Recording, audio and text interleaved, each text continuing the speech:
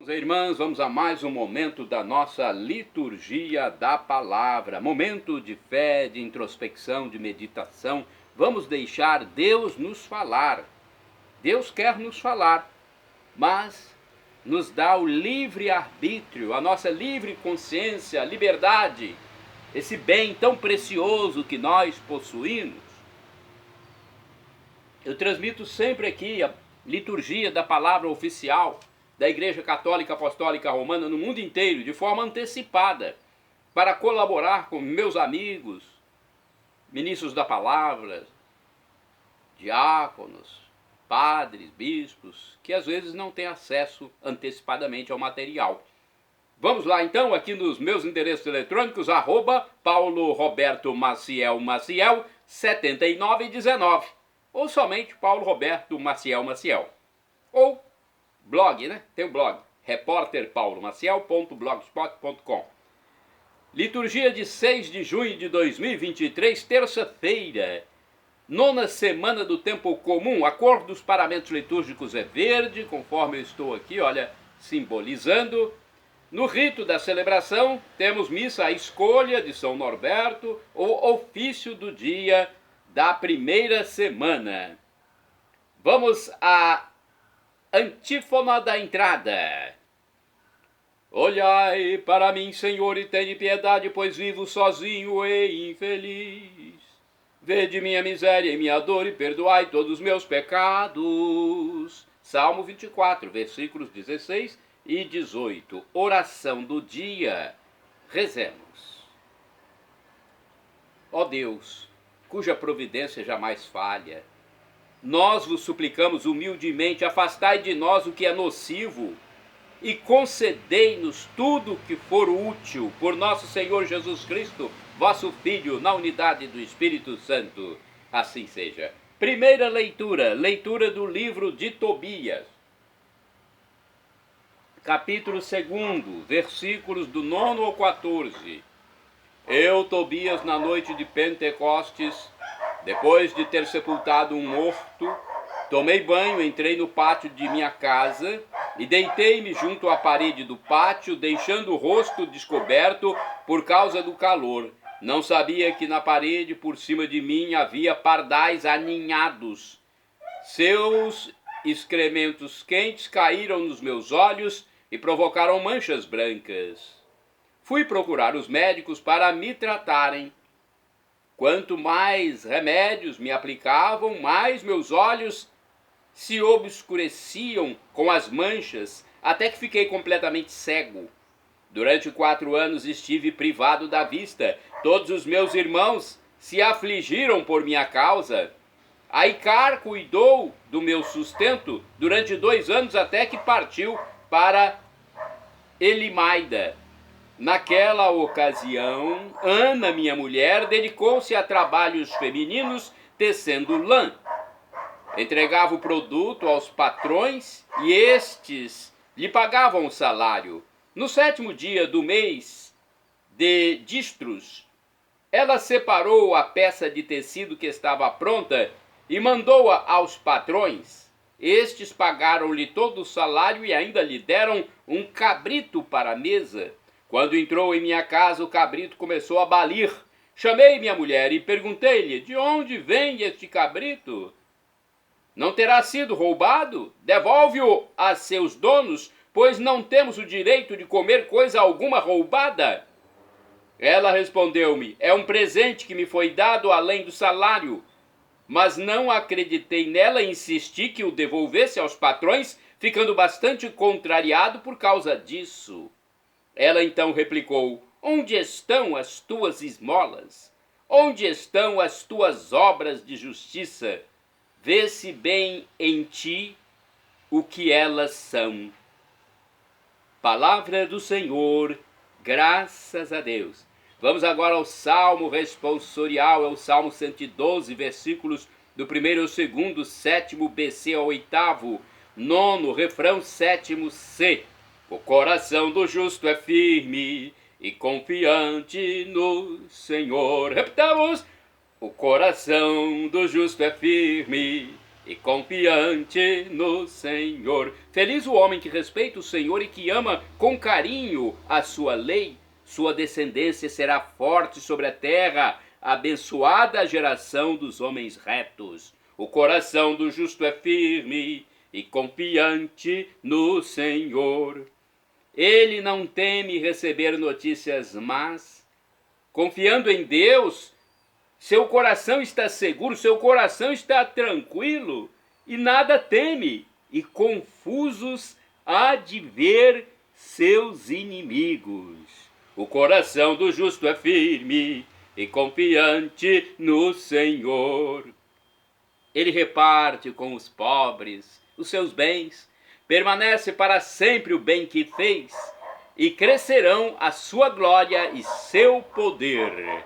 O coração do justo é firme e confiante no Senhor. Repitamos: o coração do justo é firme e confiante no Senhor. Aclamação ao Santo Evangelho com um trecho da carta de São Paulo aos Efésios, capítulo 1, versículo 17. Aleluia, aleluia, aleluia, aleluia. Que o Pai do Senhor Jesus Cristo vos dê do saber o Espírito, para que conheçais a esperança reservada para vós como herança. A esperança reservada para vós como herança. Aleluia, aleluia, aleluia, aleluia. Evangelho de Jesus Cristo, escrito pelo secretário de São Pedro, o evangelista Marcos, capítulo 12, versículos do 13 ao 17. O Senhor esteja convosco, Ele está no meio de nós. Proclamação do Evangelho de Jesus Cristo segundo São Marcos. Glória a vós, Senhor. Pelo sinal da Santa Cruz, livra-nos Deus nosso Senhor dos nossos inimigos. Naquele tempo, as autoridades mandaram alguns fariseus e alguns partidários de Herodes para apanharem Jesus em alguma palavra. Quando chegaram, disseram a Jesus: Mestre, sabemos que tu és verdadeiro e não dás preferência a ninguém. Com efeito, tu não olhas para as aparências do homem, mas ensinas com verdade o caminho de Deus. Dize-nos, é lícito ou não pagar o imposto a César? Devemos pagar ou não? Jesus percebeu a hipocrisia deles e respondeu: Por que me tentais? Trazei-me uma moeda para que eu a veja. Eles levaram a moeda e Jesus perguntou: De quem é a efígie e a inscrição que estão nessa moeda? Eles responderam: De César. Então Jesus disse: Dai, pois, a César o que é de César, e a Deus o que é de Deus. E eles ficaram admirados com Jesus. Palavra da salvação, glória a vós, Senhor. Vamos à reflexão, é a liturgia comentada com o título A Deus o que é de Deus, baseada em Marcos 12, versículos do 13 ao 17. É de Antônio Carlos Santini. Liderança da Comunidade Católica Nova Aliança. Seu e-mail é santini@novaalianca.com.br. Na moeda, a efígie de César. É César quem manda cunhar as moedas do Império Romano? Natural que elas voltem a seu Criador, no homem a imagem de Deus, conforme Gênesis. Foi Deus quem modelou Adão na argila primordial.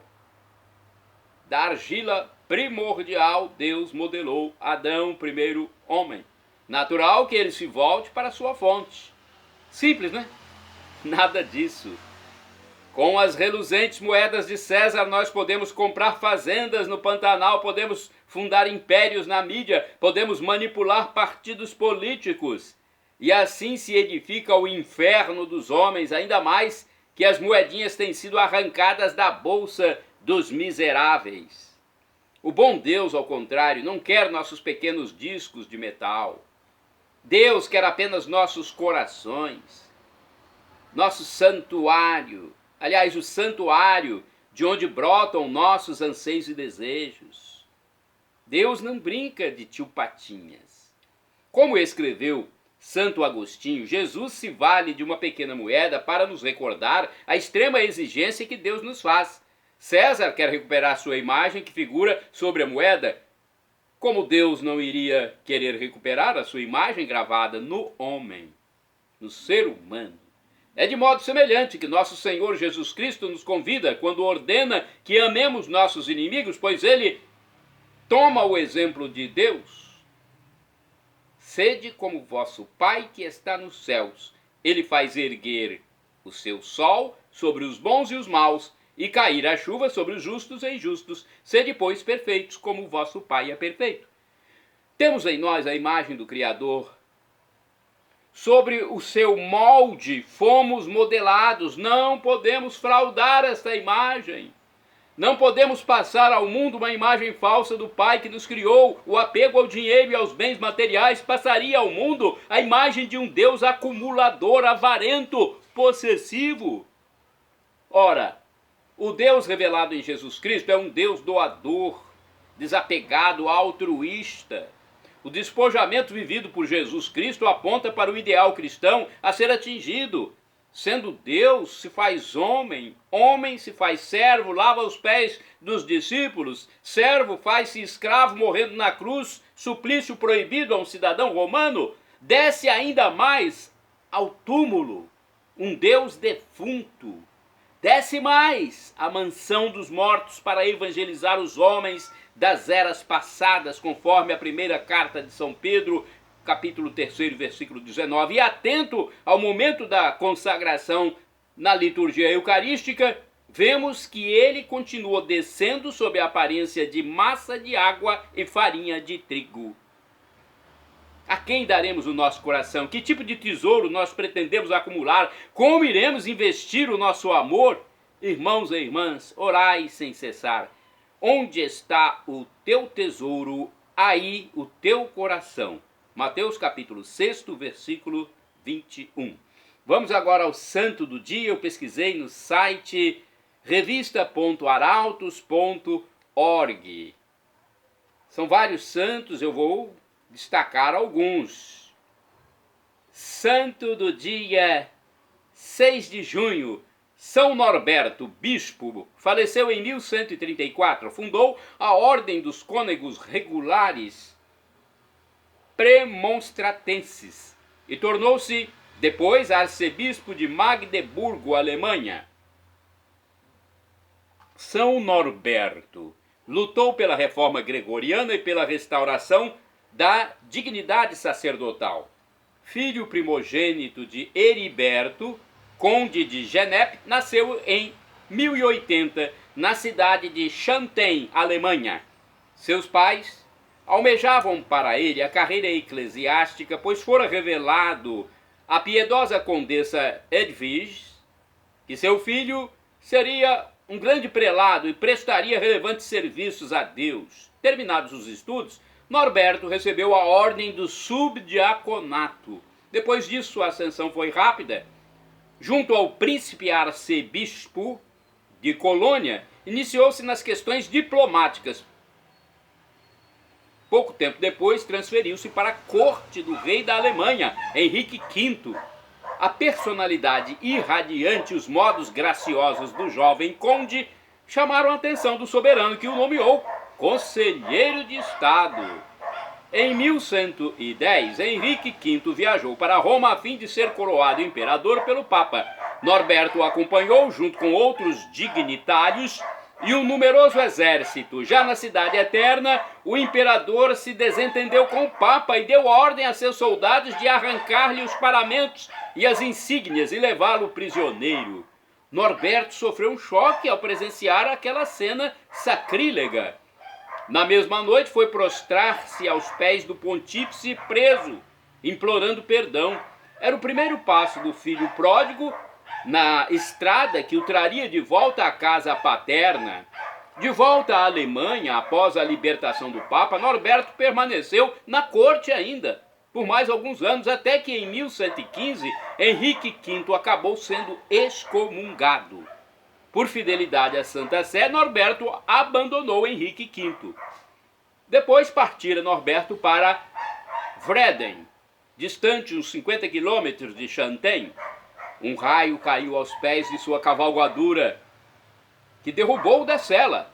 O conde permaneceu uma hora desmaiado no lodo sob chuva torrencial, ante o olhar estarrecido de seu escudeiro. Tendo recuperado os sentidos, ouviu uma voz interior que lhe dizia: deixa o mal e faz o bem, procura a paz e segue-a. Norberto levantou-se contrito e radicalmente determinado a abraçar para sempre as vias da virtude. Instruído por Cânon, abade do mosteiro beneditino de Siegburg, começou a sentir novamente o chamado para o sacerdócio e apresentou-se ao bispo de Colônia pedindo para ser ordenado. Assim foi que, poucos meses após sua conversão, foram-lhe conferidas, no mesmo dia, por um especial favor, as ordens do diaconato e do presbiterato. Após um retiro de 40 dias na abadia de Siegburg, Norberto celebrou em Xanten sua primeira missa e começou a pregar. Seu fervor não agradou a certos clérigos que, usando como argumento a conduta pouco recomendável do pregador no passado, organizaram uma oposição contra ele. O ódio chegou até o extremo de pagarem um homem para insultá-lo e cuspir-lhe no rosto. Sua pregação via-se confirmada pelos milagres, pelo dom de línguas e, sobretudo, por um singular carisma de apaziguar com sua simples presença as dissensões e inimizades. No Natal de 1121, Norberto e seus numerosos discípulos pronunciaram seus votos de religião, abraçando a regra agostiniana. Estava fundada a Ordem dos Cônegos Regulares de Premontré, hoje conhecidos como Premonstratenses. A 6 de junho de 1134, na oitava de Pentecostes, sentindo a morte iminente, Norberto quis ser colocado, conforme o costume daquela época, sobre uma cruz de cinzas traçada no solo. Nessa posição, a imitação do Redentor Jesus Cristo expirou. São Norberto, rogai por nós. Santo do dia 6 de junho é também São Marcelino. Olha aí, São Marcelino Champagnat é santo do dia 6 de junho. Presbítero, ou seja, padre. Faleceu em 1840. Sacerdote francês, fundador do Instituto dos Maristas, Irmãos Maristas, para a educação espiritual e cultural da juventude, entre os companheiros de seminário do padre João Maria Batista Vianney, cura d'Ars, esteve um personagem que naqueles primórdios do século XIX passou do mesmo modo por sérias dificuldades no aprendizado, São Marcelino Champagnat, fundador da Congregação dos Irmãos Maristas. Também autêntico filho do campo, de físico robusto e espírito pertinaz, ele ingressou no seminário tão decidido a ser sacerdote quanto a ser santo. Formado desde o berço nos sólidos princípios da religião, faltavam-lhe os conhecimentos, mas não a fé. Por isso, quando os superiores quiseram despedi-lo, alegando sua incapacidade de concluir com êxito os prolongados estudos eclesiásticos, não hesitou em apelar para sua grande protetora, a Mãe de Deus. Confiou aos cuidados dela sua vocação, suplicando-lhe que o ajudasse nas agruras estudantis, e obteve muito mais do que havia pedido, a tal ponto que no dia de sua canonização, a Igreja, grande mestra da vida, coroou seus méritos, chamando-o de modelo para os pais e os educadores. Nascido em 20 de maio de 1789, poucas semanas antes de estourar a Revolução Francesa, Marcelino José Bento Champagnat foi o penúltimo de 10 irmãos e veio ao mundo na pequenina aldeia de Le Rosey, situada na região montanhosa de Loire.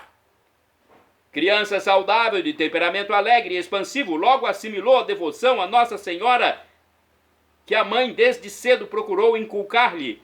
Em janeiro de 1817, menos de 6 meses após a chegada do padre Champagnat à Laval, iniciava-se a história dos irmãozinhos de Maria, também conhecidos como irmãos maristas, os quais, em meados do século XX, chegaram a ser mais de 8.000, com 700 colégios espalhados por todo o mundo.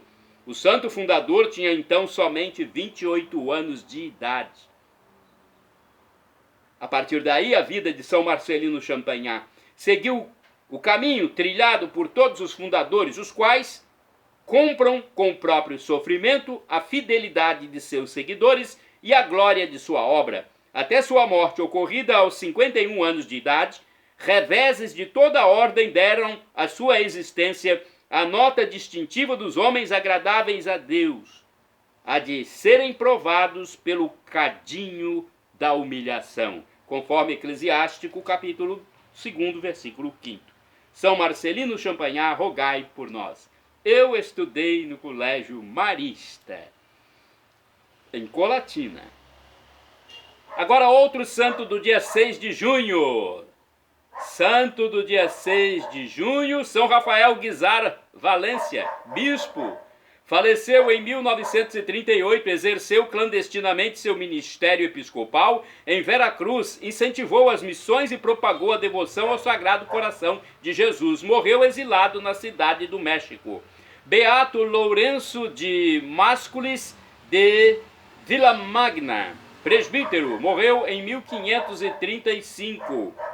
Sacerdote franciscano, falecido em Ortona, Itália, com sua pregação atraiu multidões, produzindo inúmeras conversões.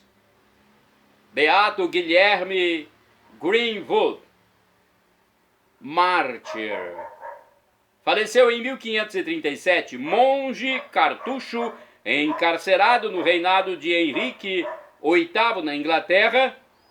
Guilherme Greenwood morreu vítima da fome e das doenças contraídas na prisão. Beato Inocêncio Gus, presbítero e mártir, faleceu em 1940, sacerdote polonês, morto no campo de concentração de Sachsenhausen, na Alemanha.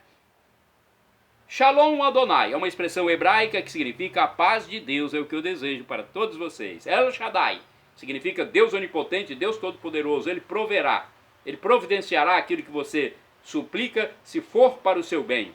O professor e escritor de mais de 100 livros da Igreja Católica, um grande santo aqui no Brasil, Felipe Aquino, nos diz que Deus pode nos dar uma dessas 3 respostas: sim, não ou espere. Então, se Deus não respondeu, Ele está fazendo o melhor para você. E agora, do aramaico, o dialeto de Jesus, eu clamo, Maranatá, como dizemos nós católicos, ou Maranata, como dizem nossos irmãos separados, os evangélicos ou protestantes. Não importa, a pronúncia e o significado é o mesmo. Vinde, Senhor Jesus, um dia Ele voltará. E nesse dia será o juízo final, a parousia, algo cósmico, místico, inenarrável, inefável.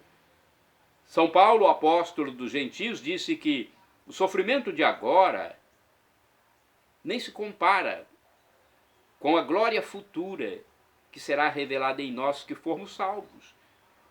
Vamos nos salvar? É só aceitar a graça que Deus nos deu, se humilhando por nós. Deus se humanou em Cristo Jesus, viveu, morreu na cruz, mas venceu a morte, ressuscitou e ascendeu ao céu, onde está do lado direito do Divino Pai Eterno, como nosso sumo sacerdote, nosso mediador, nosso irmão primogênito, nosso tudo, nosso Deus. Perdão, Senhor, pelos meus pecados passados, presentes, futuros, físicos e espirituais, pecados do pensamento, palavras, atos e omissões, e me dê a vida eterna. Meu Jesus, eu quero a vida eterna convosco, meu Jesus.